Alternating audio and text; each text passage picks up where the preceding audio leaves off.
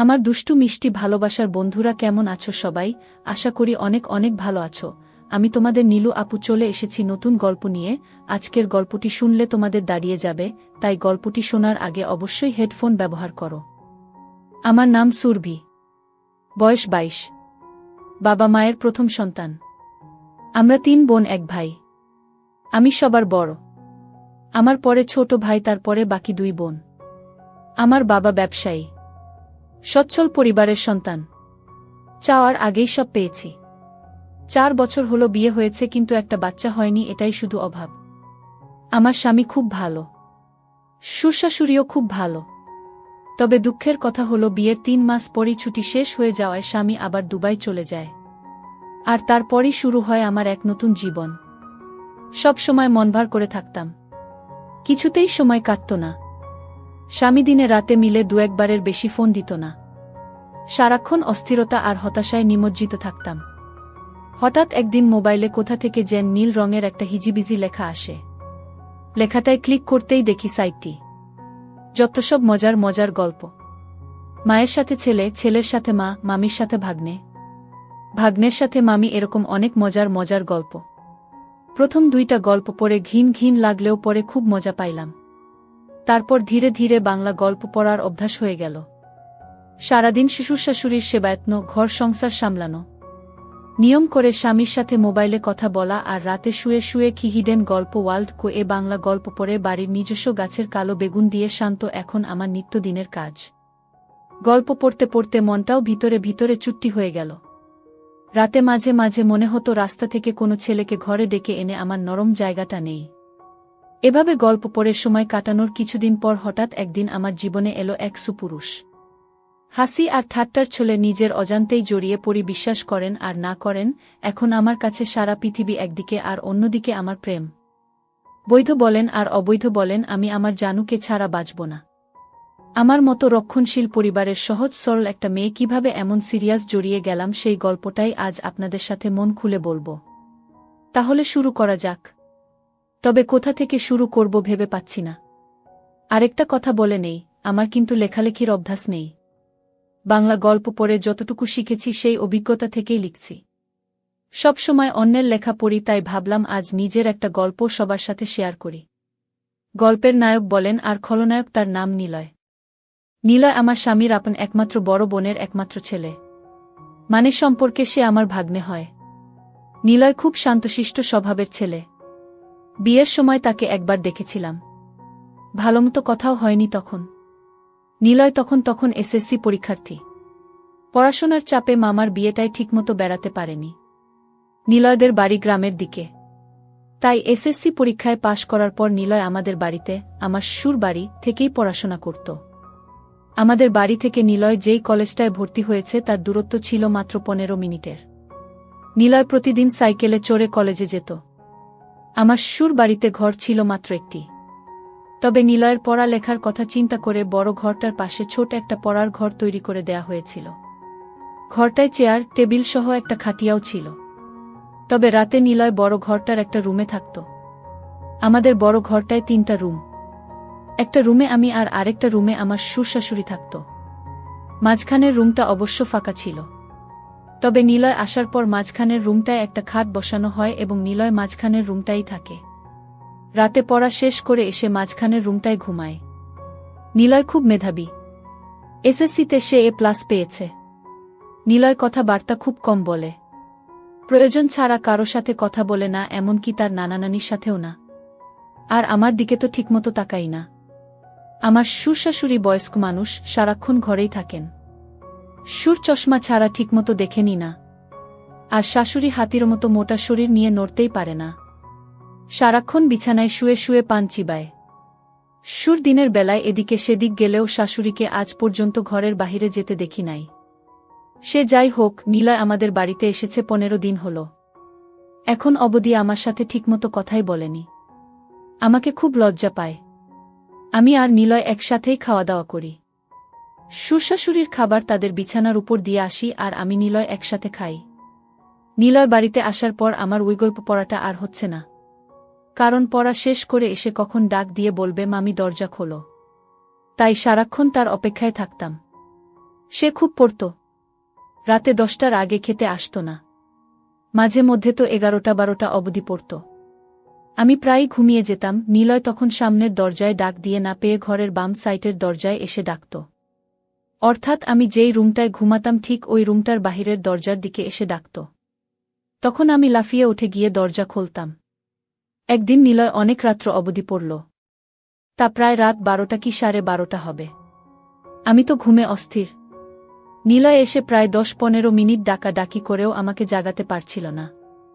উপায় না পেয়ে সে রান্নাঘর থেকে মাছ ধরার ছিপ দিয়ে জানালার ফাঁক দিয়ে আমার গুতা মারল। আমি লাফিয়ে উঠলাম। তারপর গিয়ে দরজা খুলে দিলাম। আমি ভাত খাওয়ার জন্য বাসন পরিষ্কার করতে চাইলে নিলয় বলল, নিলয়, মামি, আমি ভাত খাবো না, তুমি শুয়ে পড়ো। আমি, কেন? ভাত খাবে না কেন? ভাত না খেয়ে কেউ রাতে ঘুমায়? নিলয়, না, তোমার চোখে অনেক ঘুম। এমনিতেই তোমাকে রোজ রাত জাগিয়ে কষ্ট দেই, আজ অনেক রাত হয়েছে। এবার তুমি শুয়ে পড়ো, আমি সকালে উঠে খাবো। আমার কোনো সমস্যা নেই। তোমার যতক্ষণ মন চায় পড়ে এসো। মাঝে মধ্যে চোখটা একটু লেগে যায় আর কি। নিলয়, আমার জন্য তুমি শুধু শুধু জেগে থাকবে কেন? কাল থেকে আমি পড়ার ঘরটাই ঘুমাবো, আর নানানানিকে যখন খাবার দাও তখন আমাকেও ডাক দিও, ওই সময় আমিও খেয়ে নেব। সন্ধ্যা রাতে খেয়ে নিলে রাত জেগে পড়তে পড়তে ক্ষুধা লাগবে না? তখন কি খাবে? আর তাছাড়া এত বড় ঘর থাকতে তুমি ওই ঘরে ঘুমাবে কেন? আমি কি কখনো বলেছি তোমার জন্য আমার সমস্যা হচ্ছে? তুমি কি বাহিরের কেউ? তুমি তো আমাদের নিজেদের মানুষ। তোমার জন্য এইটুকু করতে পারবো না? নিলয়, ঠিক আছে মামি। অনেক রাত হয়েছে, এবার ঘুমাও, এই ব্যাপারে সকালে তোমার সাথে আলাপ করব। এটা বলেই নিলয় সোজা তার বিছায় গিয়ে শুয়ে পড়ল। আর আমিও আমার রুমে চলে আসলাম। তবে আর যাই হোক, আজ প্রথম নিলয় আমার সাথে এত কথা বলেছে, কিন্তু একবারও আমার চোখের দিকে তাকায়নি। এখন সকাল 8টা। নিলয় এখনো ঘুম থেকে ওঠেনি।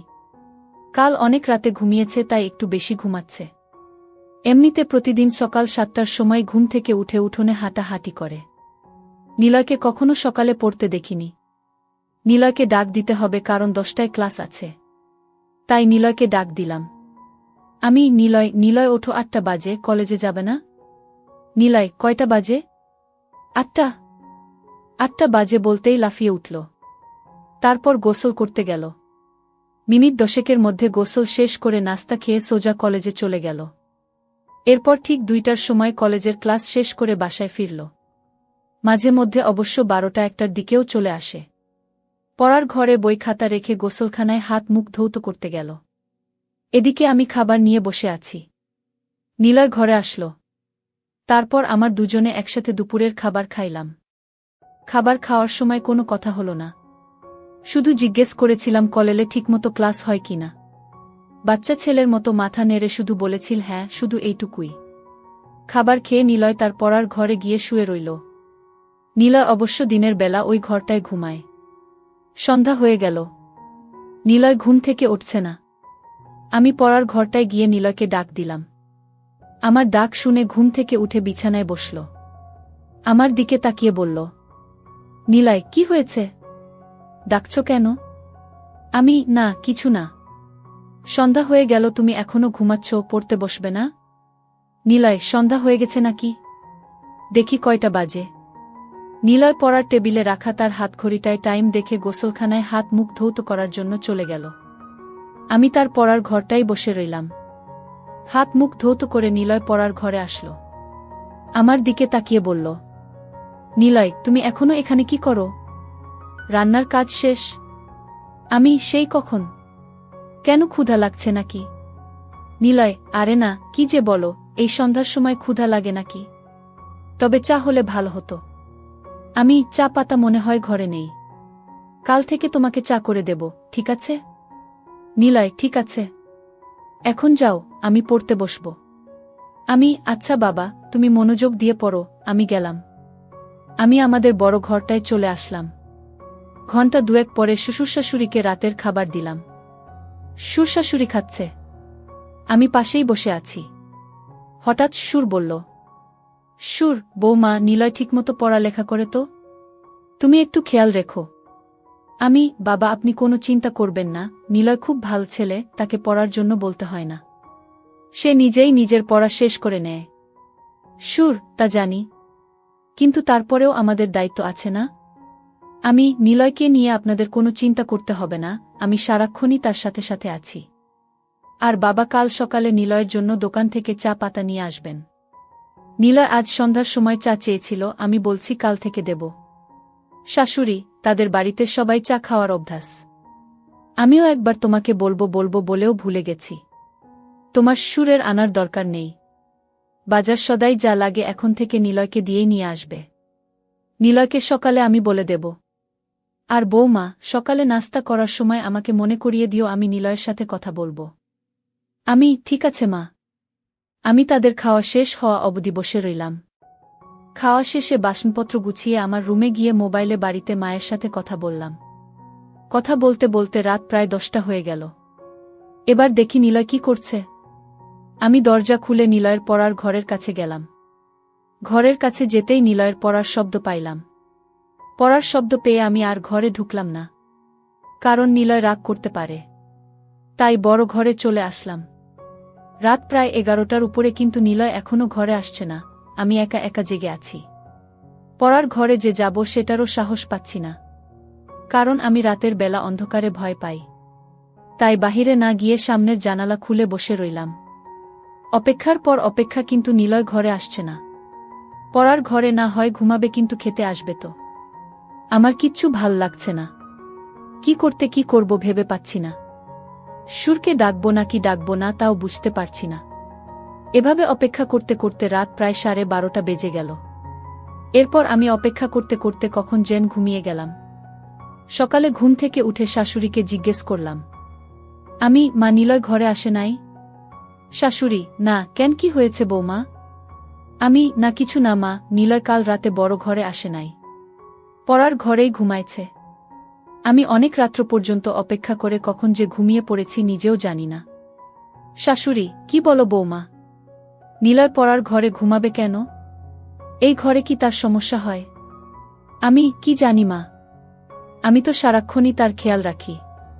আমার মনে হয় নিলয় আমাকে লজ্জা পায়। আচ্ছা মা, আমাকে লজ্জা পাওয়ার কি আছে? আমি তো ওর মার মতোই, তাই না? শাশুড়ি, নিলয়কে ডাকো। সে তোমাকে লজ্জা পাবে কেন?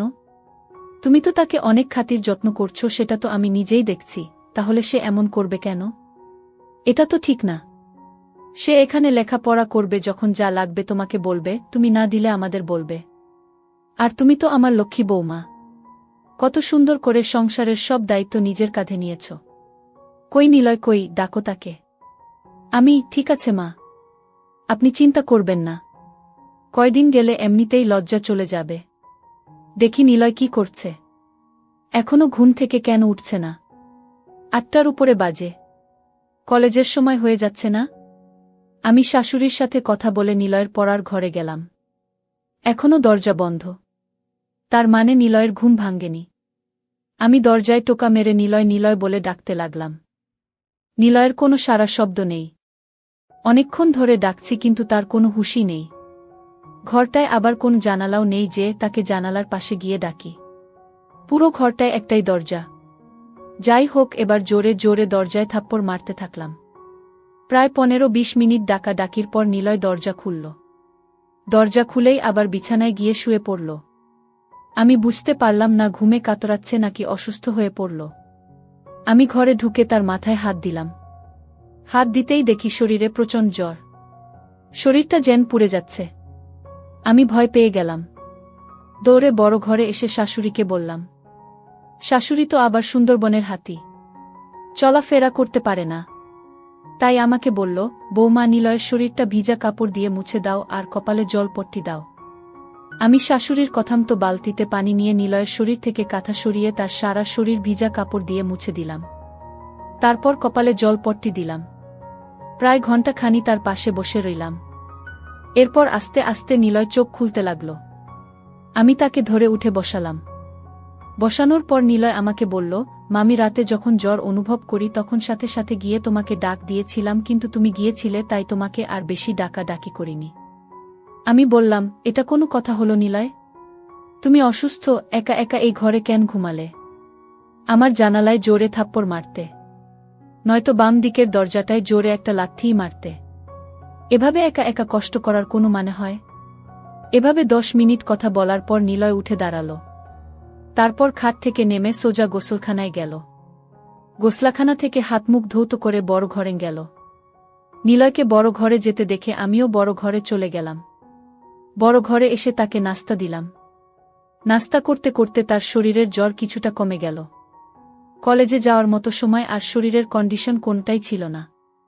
তাই নিলয় আজ কলেজে গেল না, বাড়িতেই হাঁটাহাঁটি করছে। আমি রান্না করছি, হঠাৎ দেখি নিলয় আমার পেছনে দাঁড়িয়ে আছে। আমি বললাম, কি ব্যাপার, রান্না শিখবে নাকি? নিলয়, না, ভাবছি তুমি সারাদিন একা একা কত কাজ করো, সবার খেয়াল রাখো, সত্যিই তুমি খুব ভালো। কেন যে তোমার সাথে এতদিন কথা বলিনি? আমি আসলে তোমাকে লজ্জা পেতাম, তাই তোমার সামনে কম আসতাম, কম কথা বলতাম। তাছাড়া আমি মেয়েদের কাছ থেকে একটু দূরেই থাকি। আমি কেন? মেয়েদের কাছ থেকে দূরে কেন? মেয়েরা কি বাঘনা ভাল্লুক? নিলয়, আরে না, তুমিও দেখছি কলেজের মেয়েদের মতো কথা বলো। আমি কলেজে আবার মেয়ে বন্ধু নাই তো? নিলয়, আরে না, আমাদের ক্লাসের একটা মেয়ে আছে, অযথাই গায়ে পড়ে কথা বলে। আমি, তাই নাকি? তা মেয়েটার নাম কি? নিলয়, বিশ্বাস করো আমি ওর নামও জানি না, আর জানার ইচ্ছাও নাই। তাকে দেখলেই আমার প্রচণ্ড রাগ হয়। গায়ে পড়ে কথা বলা মেয়েদের আমি একদম পছন্দ করি না। আমি, তাহলে তো তুমি আমাকেও পছন্দ করো না, কারণ আমিও তো তোমার গায়ে পড়ে কথা বলি। নিলয়, তুমি কি বাহিরের মানুষ নাকি? তুমি তো আমার সাথে যখন খুশি কথা বলতে পারো। বলতে গেলে তোমার সাথে কথা না বলে আমি অপরাধ করেছি। তোমার জায়গায় অন্য কেউ হলে এতটা খেয়াল রাখত না। তুমি সত্যিই অনেক অনেক ভালো। আমি, হয়েছে, আর হাওয়া দিতে হবে না। এবার যাও, আমার মোবাইলটা দিয়ে তোমার মাকে একটা ফোন দাও। তোমার অসুখের খবর জেনে গেছে। নিলয়, মাকে আবার জানালে কেন? আমি বলিনি, তোমার নানি বলেছে। নিলয়, নানি? এই নানিকে নিয়ে আর পারলাম না, সব কিছুতেই বাড়াবাড়ি করে। নিলয় আমার রুমে চলে গেল। আমি রান্না শেষ করে গোসলখানায় গেলাম। গোসল শেষ করে শ্বশুরশাশুড়িকে দুপুরের খাবার দিয়ে আমি আর নিলয় একসাথে খাবার খাইলাম। দুপুরের খাবার শেষ করে নিলয় পড়ার ঘরে চলে গেল। আমি বাসনপত্র গুছিয়ে দেখি সে বড় ঘরে নেই। আমি নিলয়ের পড়ার ঘরে গিয়ে নিলয়কে ডাক দিয়ে বললাম, এই ঘরে ঘুমানোর দরকার নেই, বড় ঘরে আসো। আবার শরীর খারাপ করলে উঠে দাঁড়াতে পারবে না। নিলয় তখন আমার কথা আর অমান্য করল না। আমার পেছন পেছন বড় ঘরে এসে মাঝখানের রুমটার খাটে বসে রইল। আমি তাকে বললাম, নিলয়, মাঝের রুমে ঘুমাতে অসুবিধা হলে তুমি আমার রুমে গিয়ে ঘুমাও। আমি দুপুরে বেশি ঘুমাই না, তুমি যাও আমার রুমে গিয়ে ঘুমাও। আসলে মাঝের রুমটা একটু খোলা মেলা তো, তাই নিলয় এখানে ঘুমাতে স্বাচ্ছন্দ্য বোধ করে না। তারপর নিলয় আমার কথামতো আমার রুমটায় গিয়ে শুয়ে পড়ল। এদিকে শাশুড়ি ডাকছে পান খাবে, চুনের কৌটা খুঁজে পাচ্ছে না। চুনের কৌটা দিতেই শাশুড়ি জিজ্ঞেস করল, নিলয় কোথায়? আমি বললাম, মা, নিলয় আমার রুমে ঘুমাচ্ছে, পড়ার ঘরে গিয়ে শুইছিল, আমিই নিয়ে এসেছি। বলা তো যায় না, আবার কখন শরীরটা খারাপ করে বসে, আর মাঝের রুমটায় নিলয় ঘুমাতে পছন্দ করে না। এজন্য আমিই বলেছি আমার রুমে গিয়ে ঘুমাতে। শাশুড়ি, ভালোই করেছ, মাঝের রুমটা আসলে থাকার উপযুক্ত না। দেখো, নিলয়কে বলো এখন থেকে তোমার সাথেই ঘুমাতে। রাতে পড়া শেষ করে তোমার সাথেই ঘুমাবে। তুমি তো আর তাকে কম যত্ন করছো না, তোমার কথা না শুনে পারবে না। আমি, মনে হয় না আমার সাথে ঘুমাবে। তবে আজ আমার সাথে অনেক কথা বলেছে, এতদিন তো শর্মে কথাই বলেনি। আজ মামির সাথে খুব কথা বলেছে। শাশুড়ি, বলেছিলাম না, কয়েকদিন গেলে ঠিক হয়ে যাবে। আর তুমি যেই খাতির যত্ন করছো, ওর মা চেয়ে কম না। আমি, কি বলেন মা, নিলয় তো আমাদের ছেলের মতোই। তাছাড়া নিলয়ের মামা নিলয়কে অনেক ভালোবাসে, প্রতিদিনই ফোনে নিলয়ের খোঁজ খবর নেয়। নিলয়কে কি আমি যত্ন না করে পারি? শাশুড়ি, না রে মা, তোর মতো বউ পাওয়া ভাগ্যের ব্যাপার। এই বলে শাশুড়ি প্রায় কেঁদে দিল। আমি চলে আসলাম আমার রুমে। এসে দেখি নিলয় ঘুমায়নি, মোবাইলে গেমস খেলতাছে। আমি বললাম, গেমস খেলার দরকার নেই, রাতে জ্বরের জন্য ভালোমতো ঘুমাতে পারোনি, এখন একটু ঘুমাও। নিলয়, তুমি কি করবে? তুমি ঘুমাবে না? আমি, না, আমি ঘুমাবো না। আর ঘুমালেও সমস্যা নেই, খাট তো আর ছোট না, তোমার পেছনে শুয়ে পড়ব। নিলয়, কি বলো? আমি কারো সাথে ঘুমাই না। আমি একা একা ঘুমাতেই পছন্দ করি। তাছাড়া আমার ঘুমের স্টাইল ভালো না, ঘুমের মধ্যে হাত পা কখন কোথায় যায় নিজেও জানি না। আমি হেসে বললাম, হাত পা আর কোথায় যাবে? এই রুম ছেড়ে তো আর যাবে না। নিলয়, তুমি তো দারুণ কথা জানো। হাসতে হাসতে, তুমি খুব মজার মানুষ। তোমার মনটা অনেক ভালো। আমি এত ভালো ভালো বলা লাগবে না, এবার ঘুমানোর চেষ্টা করো। তোমার অমত থাকলে আমি মাঝের রুমে গিয়ে ঘুমাই। নিলয়, না না, সমস্যা নেই। আমার চোখে এত ঘুম নেই এখন। তুমি সারাক্ষণ কাজকর্ম করো, তোমার এখন একটু বিশ্রাম দরকার। তুমি ঘুমাও, আমি সাইলেন্স মুডে তোমার মোবাইলটায় একটু গেমস খেলি। আচ্ছা তুমি গেমস খেলো, আমি ঘণ্টাখানি ঘুমাই। এই বলে আমি ঘুমিয়ে পড়লাম। ঘুম থেকে উঠে দেখি নিলয় নেই। ঘরের বাহিরে গিয়ে দেখি উঠানে হাঁটতাছে। সন্ধ্যাও ঘনিয়ে আসছে। এর মধ্যে আমি রান্না ঘরে গিয়ে নিলয়ের জন্য নুডলস বানালাম। নিলয় নুডলস দেখে খুব খুশি। তারপর নুডলস খেয়ে পড়ার ঘরে গিয়ে পড়তে বসল। ঘণ্টাখানি পড়ার পর আমি গিয়ে তাকে নিয়ে আসলাম। বললাম, আজ আর এত পড়ার দরকার নেই। শরীর ভাল হলে কাল থেকে আবার পড়া শুরু করবা। নিলয় আমার সাথে বড় ঘরে চলে আসলো। রাতের খাবার খেয়ে উঠার আগেই শাশুড়ি নিলয়কে ডাকল। নিলয়, নিলয়, নিলয়, আসছি নানি। কি হয়েছে? ডাকছ কেন? নিলয়ের নানি, ওই ছোট ঘরটা বানাইছি তোর পড়ার জন্য, থাকার জন্য না। মাঝের রুমটায় ঘুমাতে না পারলে তোর মামির সাথে ঘুমা। তোর মামি কি তোকে মুরব্বিদের কথা শুনতে হয়? শুধু লেখাপড়া করলে হয় না, আদব কায়দাও শিখতে হয়। নিলয়, ঠিক আছে, তুমি ঘুমাও, আমি মামির সাথেই ঘুমাবো। শাশুড়ির সাথে কথা বলে নিলয় যখন মাঝের রুমের খাটে বসল, ঠিক তখনই হঠাৎ তার শরীরটা আবার আগুনের মতো গরম হতে লাগল। শরীরটা যেন পুড়ে যাচ্ছে। নিলয় মামি মামি বলে ডাকতে লাগল। আমি আমার রুমে ছিলাম। দৌড়ে গেলাম নিলয়ের কাছে। কি হয়েছে নিলয়? নিলয়, মামি দেখো, আমার শরীরটা আবার গরম হয়ে যাচ্ছে। শরীরটা যেন কাঁপছে। ঠিক আছে বাবা, তুমি বসো, আমি তোমার শরীরটা ভিজা কাপড়ে মুছে দিচ্ছি। আমি শাশুড়িকে বললাম, মা, নিলয়ের আবার খুব জ্বর এসেছে। শরীরে আগুন ধরার অবস্থা। কি করব? শরীরটা মুছে দাও, আর দেখো তোমার শ্বশুরের ওষুধের কৌটায় প্যারাসিটামল ট্যাবলেট আছে, একটা খাইয়ে দিয়ে তোমার সাথে নিয়ে শুয়ে দাও।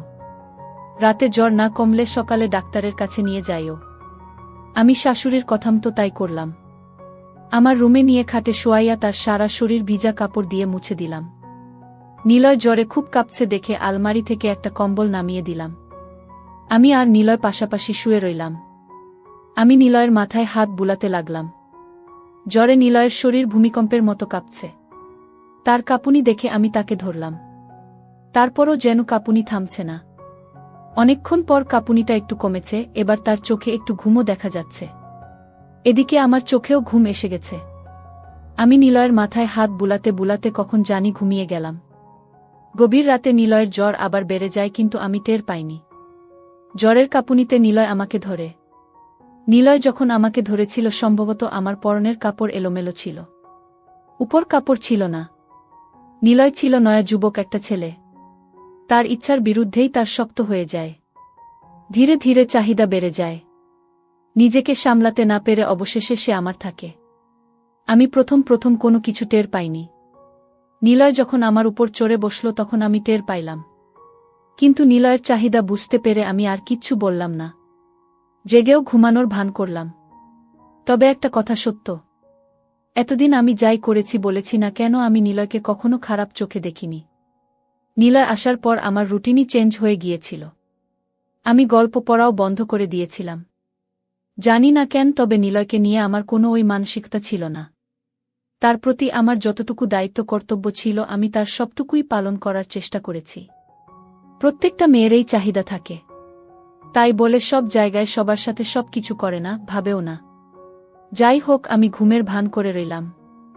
এদিকে নিলয়ের চাহিদা বেড়েই চলছে। খোলার চেষ্টা করছে, কিন্তু বয়স কম। আগে কখনো এসব করেনি, তাই খুলতে পারছে না। খুলতে না পেরে উপর দিয়েই আমার দুটো শুরু করল।